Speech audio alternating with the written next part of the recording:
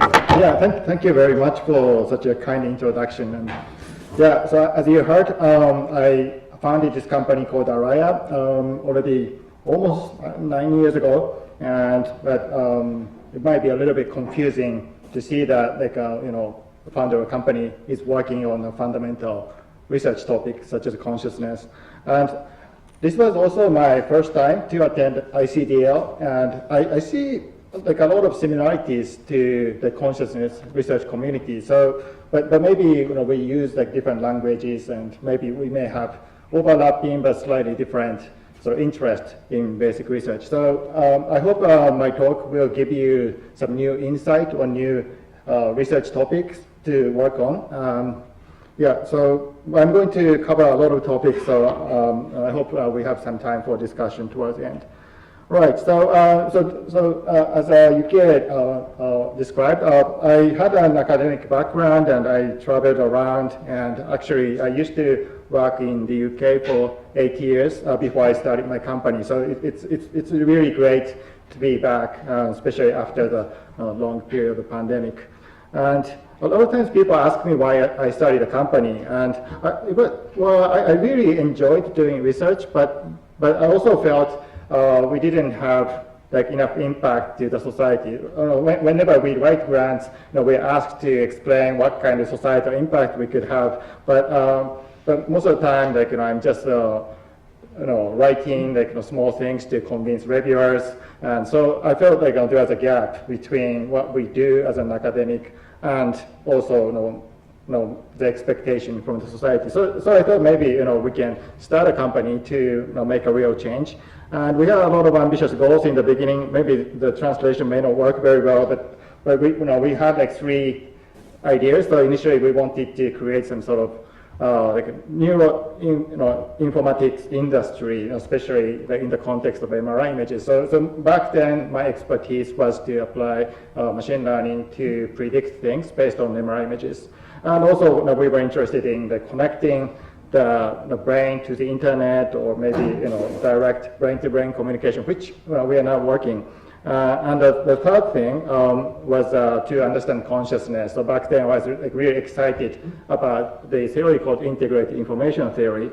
And so at least we thought maybe we can use this theory to create a new type of AI. So those were the original vision. But when we couldn't work on those things, so I had to change the direction maybe within the first year, because I realized actually building business around medical imaging is quite tough.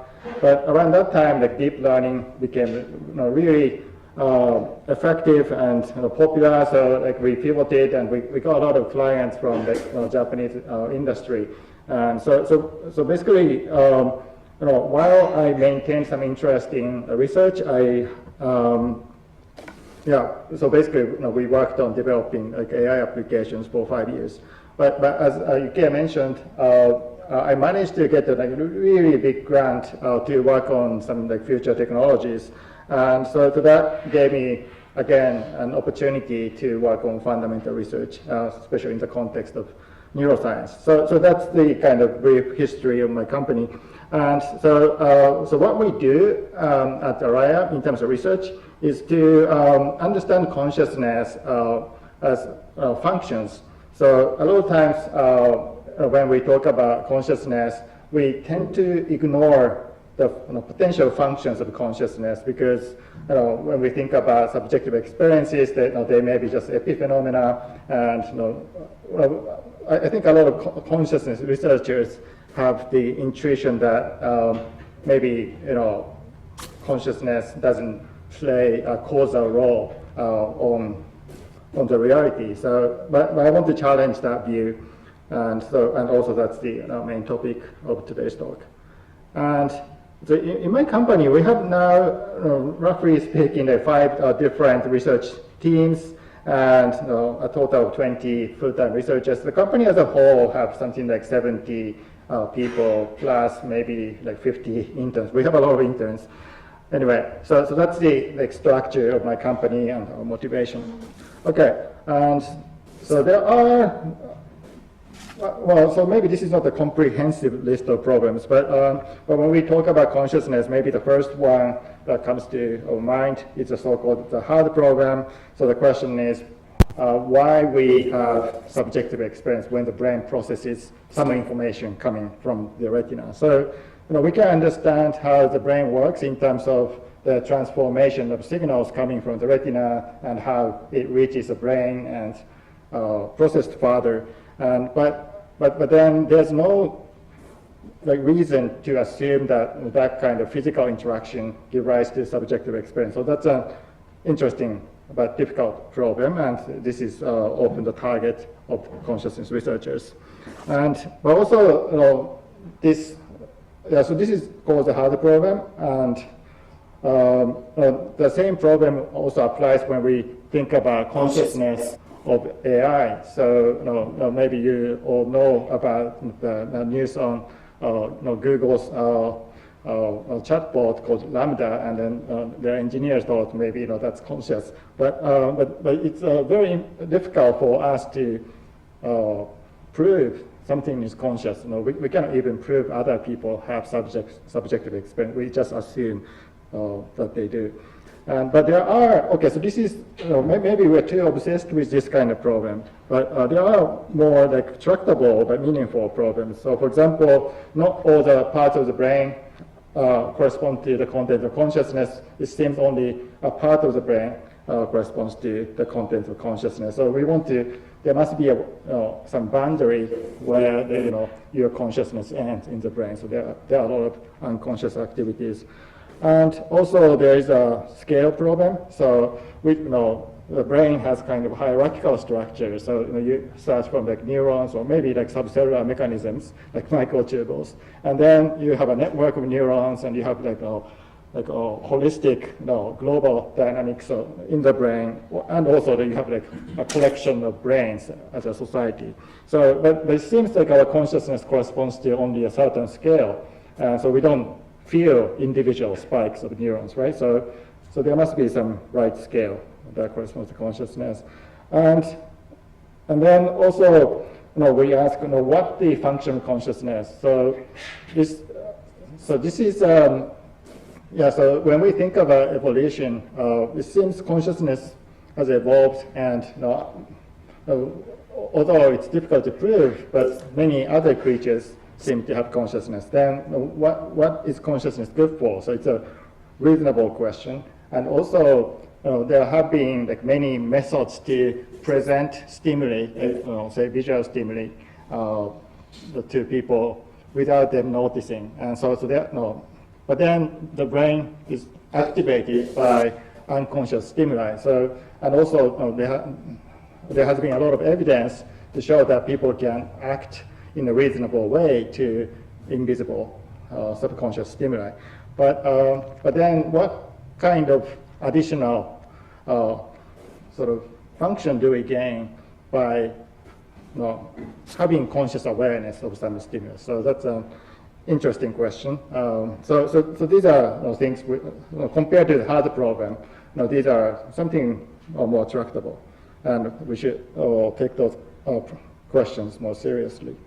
And maybe the fifth one is how can we prove consciousness in other creatures? So that's more or less the same question as the hard problem, but you might have heard of the theory called the integrated information theory. So for example, that theory makes theoretical prediction about whether AI or some aliens have conscious experience. Of course, we don't know if that theory is true, and of course there could be many other theories, but but I think this is again an interesting question, and probably as AI becomes more advanced, I think in the society we will have this kind of question over and over. So we want to have some theory to make predictions.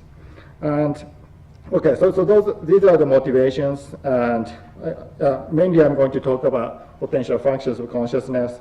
And so that's also a little bit related to the sort of recent history of consciousness research. So consciousness research has a really long tradition, maybe well, maybe a few thousand years of tradition. But recently, maybe in the 90s, people started using neuroscience to probe the so-called neural correlates of consciousness. So basically, people try to find which part of the brain represent the information in the content of consciousness. Yeah. But then that kind of study has been done, and all simple things have been done, but now we got more confused, and even if we know certain parts of the brain seem to be more relevant for consciousness, we don't know why they correspond to consciousness. And so lately there are more theoretical approaches to consciousness. And also, last week, I went to another conference where people are trying to establish a new community to study consciousness mathematically. So now there's a new movement to study consciousness in terms of more theoretical ideas. Okay, and so today I'm going to talk about the relationship between consciousness and intelligence. And normally, people immediately say, oh, there are two different things. So, we don't need consciousness to create intelligent AI, and vice versa. Well, of course, conceptually they are separate. But one of the main claims I want to make is that actually consciousness has evolved as a platform to achieve some sort of generality. So that's my claim, and also I'll discuss this in the context of the so-called global workspace theory, and I'll see, okay, let's see if you agree with me. Okay, so but first we need to define intelligence. Maybe this is already a very contentious topic, but I just want to give a relatively simple definition, which is the ability to solve many problems, many tasks efficiently, and also the ability should extrapolate to new tasks based on existing knowledge. So that's kind of operational definition. Of course, you may have other ideas, but often generality of intelligence is sort of defined in comparison to human intelligence, but the human intelligence is also not clearly defined. So I just take this simple definition, and so you can call it just efficiency of transfer learning or something. That's fine. So I just take this definition for simplicity, and yeah. So then we have been working on functional theories of consciousness, and the main claim is some ideas of consciousness seem to be a key to establish the general intelligence as I defined in the previous slide. Okay, so today I cannot talk about all of them, but yeah, but we recently wrote a review paper, so if you are interested, please look at this paper, which was published in Transaction or Machine Learning Research. And so, but from here I'm going to focus on global workspace. So, okay, so let me first talk about how we can achieve generality in a very simple-minded way. So here, let's say the arrow. Okay, sorry. Okay, doesn't work. Okay, so let's say that it's really common to convert or take an image and then classify what object is in the image. So that's just one neural network represented by an arrow. But you can combine many neural networks by combining arrows. And so, for example, from image to the speed, from image to generating the sound of the contents of the image, you can just combine this image to words and then words to speech, and then that's a new function. So it's like a really simple-minded idea. But when you have many sort of pre-trained networks, and then you can combine them to create a new function. So that's this whole combination approach to achieve a new function. So if you see neural networks that way, solving a new problem is just to find a path in a graph of networks. So that's the idea. And that seems to be maybe happening in the brain. So that maybe a big difference between the brain and neural networks is in the brain there are many different regions and connections across different parts. Whereas like in AI, you typically have kind of like one line or maybe a few lines of transformations.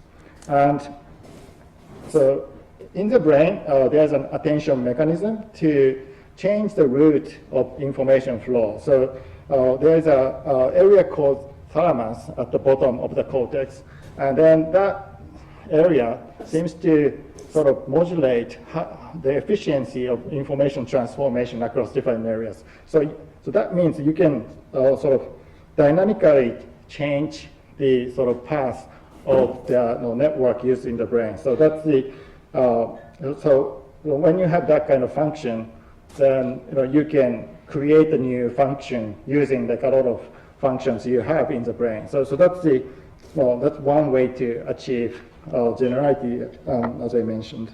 And so this idea is maybe, if you know global workspace, it's kind of similar, but I just explain what global workspace theory is. So the theory is that the brain has like many functionally specialized modules.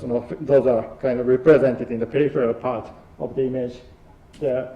And then information comes in, for example, in the green T1 thing.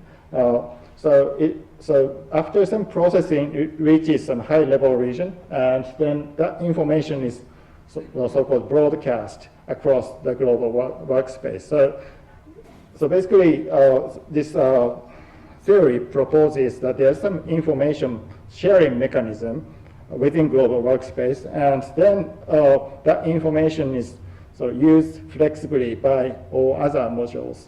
And so that way you can achieve flexible sort of reasoning. So I think it's also related to system 1 versus system 2 kind of thinking. And also the idea is when you have some unconscious processing, it activates specialized regions, but without reaching the global workspace. So that kind of explains, sometimes you have consciousness, a conscious perception, sometimes you don't, and so that difference is availability in global workspace. So that's, so there have been a lot of neuroscience experiments along this line, and it seems frontal and parietal regions correspond to this global workspace. But on the other hand, I have been really frustrated by this theory because it's a very sort of semantic way of explaining. So it feels kind of a post hoc explanation of neuronal observations. So I wanted to understand what kind of function we can gain by having this kind of architecture. And so that's something I'm going to present, but I also want to show you that there are a few emerging research programs that are relevant here. So one is this conscious Turing machine from Blum and Blum, recently published in PNAS, but they described the consciousness as a sort of structure shown on the right side. So you have many, again, specialized functions, and then it goes to some sort of bottleneck. And they're computer scientists, and so they basically formulated global workspace in terms of sort of the more formal the computer science way. And so when I looked at that paper, I thought, okay, maybe you can implement this with modern deep learning, but their description was more high level. And also, this is also a recent progress coming from Yoshua Bengio's group, and so maybe you heard something called consciousness prior, and so the idea is when you have again multiple functions, but when you insert this orange strip, shared workspace, where information coming from different modalities are kind of combined or selected So there, if you add a kind of common space to like represent multimodal information, then the system can like efficiently use the right information. But of course, like if you use things like transformer, you can that transformer can learn to pick out the right kind of information from the relevant modules. So they have been showing that this is a kind of efficient way for multimodal learning. And we have been also working to like implement this kind of idea using the so-called perceiver architecture, and that seems to also capture nicely global workspace type of thing. And okay, I'll skip a few slides. Okay.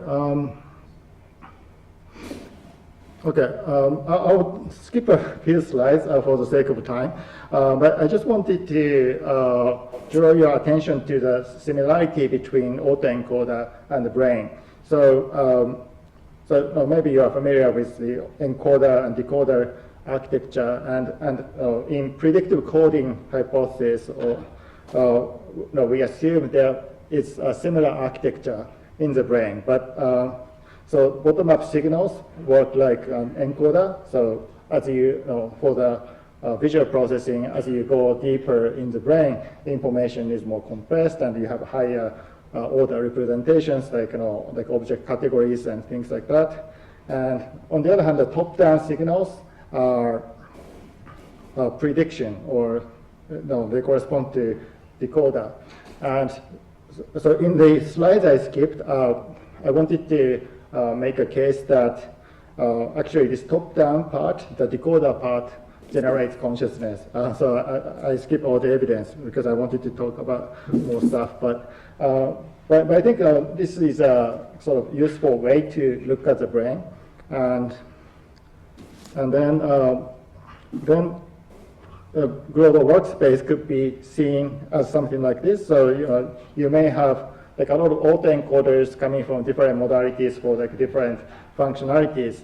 But as I showed you in this like graph image, that when you want to combine different functions, they need to be somehow connected. Those arrows need to create a path. And so that means when you have like a higher representations, or when you reach some latent space, those latent spaces need to be aligned, or at least, yeah. So if you want to use the output from the visual information, and then for understanding something auditory, then we want to have some sort of common representations across different modalities. And so that's yeah. So that gave us like a new interpretation of the global workspace. Because as I said, I was frustrated because it was not clear what we gain by having this global workspace. But now I interpret it in terms as a shared latent space, and also maybe the sort of alignment or the cycle consistency to align representations or latent spaces from different networks. So for example, like here, like we are just illustrating the idea by let's say X is a latent space of a network that only got trained by the French text, and then Y is a latent space of a network for like Japanese text. So you can think of them as kind of word to vec for like each language. And then if you find the right transformation, then the great results from machine translation is that actually without dictionary, you can find correspondences between words. So we are thinking that kind of alignment might be happening in the brain. So to make latent spaces shared across modalities. So for example, you might have heard of something called synesthesia, for example, associating some color to digits. And so I have a little bit of that, and for me, like 1 is red, 2 is yellow, 3 is blue, and so on.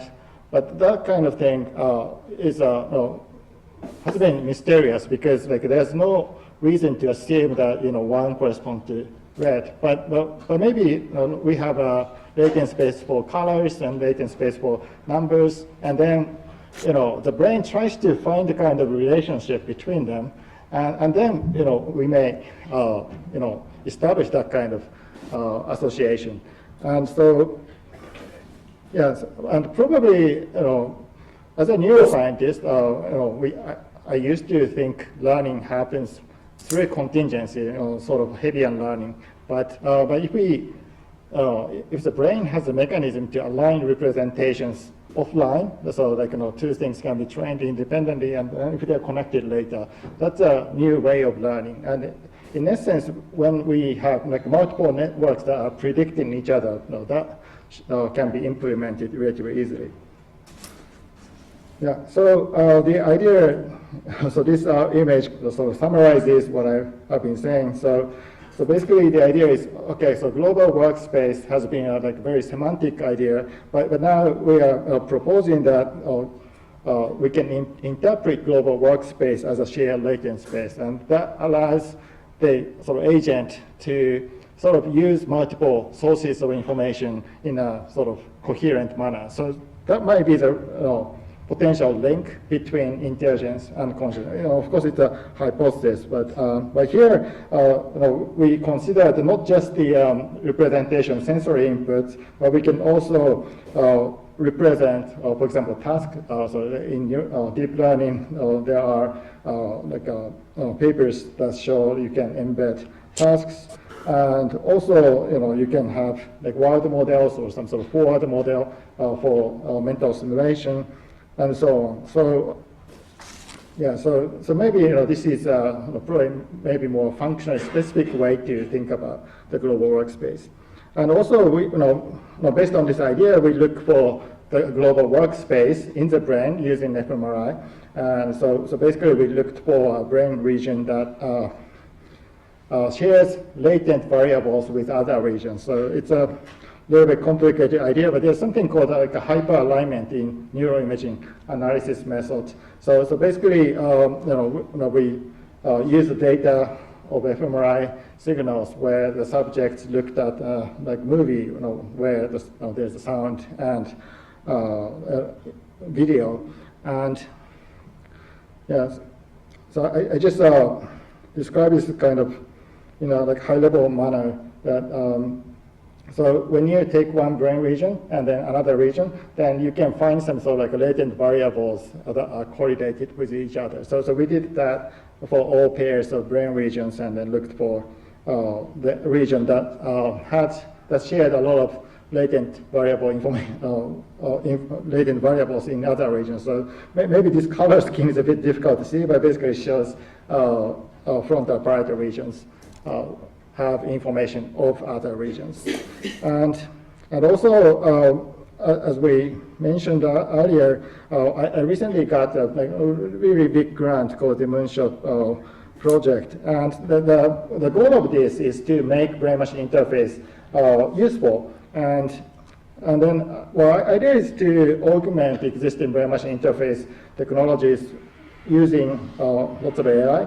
And so a typical thing is, we want to decode what people are thinking and then convert it to like speech sound, or for controlling avatars, or maybe for brain-to-brain communication.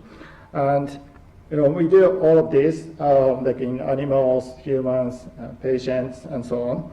And yeah, but here we also apply the idea we got from this global latent workspace. So the idea is when, normally like when two people communicate with each other, we have to use some medium in the external world. But what we want to do is to sort of transfer the information in one brain's latent space to another brain's latent space. If they are aligned, as in the global workspace, then we should be able to do that. And so to do that, it's meant to be a monkey physiology experiment. And so traditionally, like we have been doing this kind of phase 0 type decoding. So we record from a lot of neurons in one monkey while the monkey is watching a lot of images, and then we can predict what they are seeing. So that's normal. But we want to do that in a kind of zero-shot manner for a new monkey by aligning the latent space. So so as I explained, so on the right side, when you have basically we build a lot of encoders for like individual monkeys without kind of in an unsupervised manner, and then later we aim to align our representations, and then we can translate between two brains. So what's difficult about sort of predicting what a new monkey is seeing is when we record from a lot of neurons, we don't know which neuron corresponds to an apple or a banana. But when we have this kind of machine translation across different brains, then we should be able to tell what the monkey is seeing without training data from a new monkey. So that's the idea.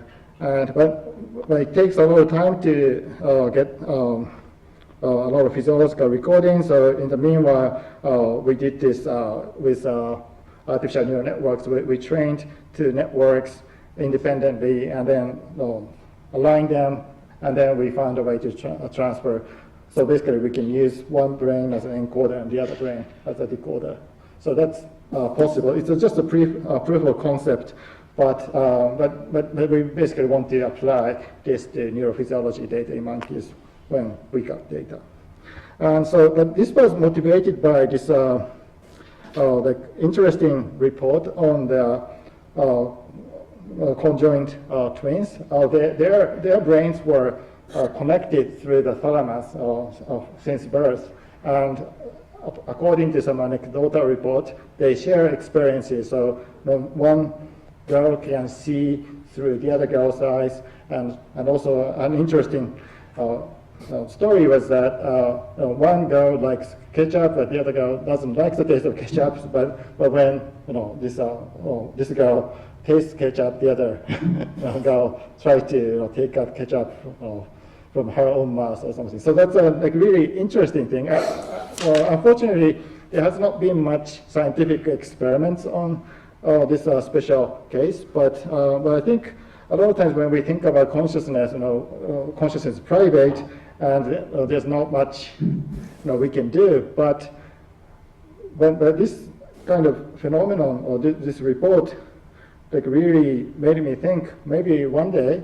we can test the existence of consciousness in machines by directly connecting our brain to machines. So that's the that's the kind of my dream experiment. Anyway, so this was my first half, but it's already 10 to 4, so I'll just go over the second part really quickly, but it's also pretty interesting. Okay, I want to talk about qualia, and which is okay. So this is a really interesting experiment which motivated a lot of research. This paper from Murugan-Sa, published in Nature in 2000, rewired the input from the retina to the auditory cortex. So it's amazing that it's possible. But the interesting thing is when such rewiring happens, the animal was in ferrets. Their auditory cortex developed kind of visual cortex like properties. For example, orientation, selectivity, and also connectivity pattern that's similar to the visual cortex. So in the auditory cortex, apparently connectivity is kind of more localized, meaning they're connected to just next neurons. On the other hand, in the visual cortex, neurons are connected to distant neurons with similar orientation selectivity. And so what's interesting was when this kind of animal was trained to report whether they saw a light or if they heard a sound, they can report by operant conditioning. But when they were tested whether they report sound or light when this rewired retinal part was stimulated. So the stimulation was on the retina, but it's rewired to the auditory cortex. The question was whether they heard the sound or saw the light. And the answer was they reported like visual experience. They saw light. So that's interesting. And so I thought maybe the difference between visual experience, visual qualia, versus auditory qualia come from the differences in the connectivity of those neurons. So local connectivity should reflect some sort of like statistical properties of the input, and so that way they reflect sort of patterns in the stimuli. And so yeah, so what I wanted to do was basically I wanted to find a way to predict whether some animals are hearing or seeing based on the connectivity of the network and maybe the activation pattern. And so one method to do it is to use the so-called integrated information theory. I don't necessarily believe in everything that the theory says, but it's probably one of the few ideas that we can use to sort of make such a prediction. And so according to IIT, the content of consciousness is the structure of information, structure of integrated information. There's a lot of detail in this, but that's the kind of rough summary of the theory. And so what we wanted to do originally was, okay, so now we have like a lot of like great technologies to look at connectivities of the visual cortex, or auditory cortex, and this phi information structure depends only on the structure of the dynamics in the system. So basically, if we can reconstruct the detailed dynamics from this anatomy and function measurements, and then we should be able to predict the structure of qualia. So that's the idea. But this is practically impossible. So for example, it's very difficult to measure all the connections, including the strengths of weights in the real cortex, especially when they are alive. And also, it's very difficult to compute phi. It's a combinatorial program. And also, we don't know how to connect the mathematical structure to qualia. So those are all problems, but we replaced this brain part to neural networks. So instead of using the like real brain, we basically trained artificial neural networks on just sounds or images, so to create a lot of artificial visual cortices and auditory cortices. And I'll skip these. And what we did was, then we, instead of using IIT, we just used another neural network to classify those pre-trained networks. So basically, what this image shows is when we train neural networks on sounds, then on three different tasks, three different sound tasks and three different visual tasks, there is some sort of clustering. So auditory tasks all seem to be clustered together. So that means there's something common about the weight patterns in the networks trained on sound compared to vision. So there is something special, or some sort of features in the networks that allows us to predict whether the network is for sound or vision.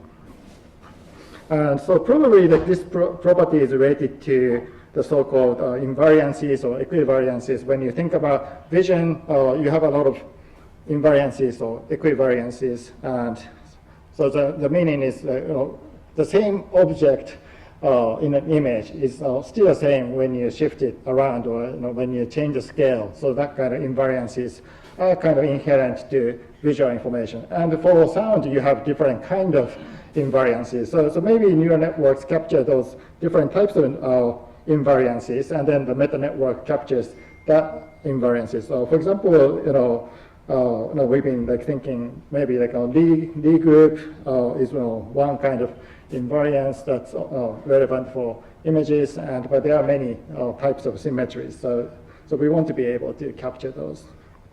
And so the idea is, I showed you just a meta network, but this is just to illustrate autoencoder. So usually we use autoencoder for images, but we can also do autoencoder for neural networks. And that way we can represent similarities of different neural networks. And also, and in theory, we should be able to do something like word-to-vec kind of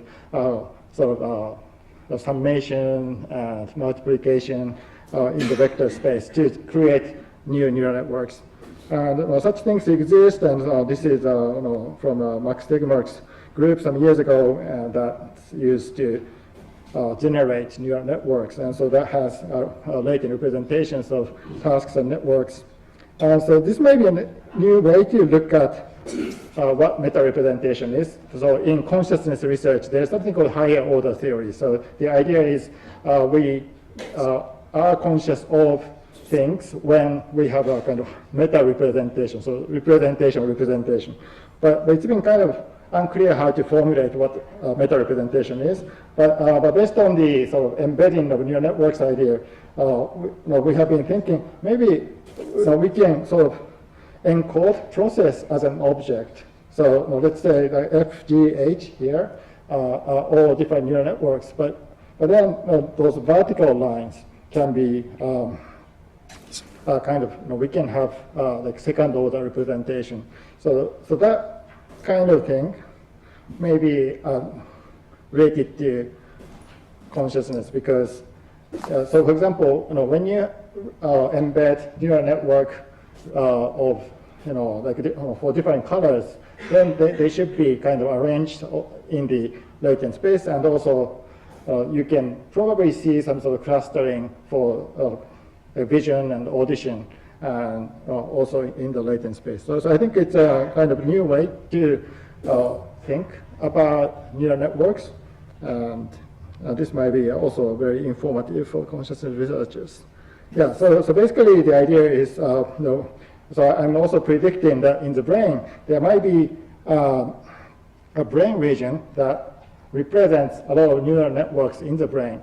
And so that's a kind of meta-representation, and mathematically it's just a function space, but I call it a qualia space.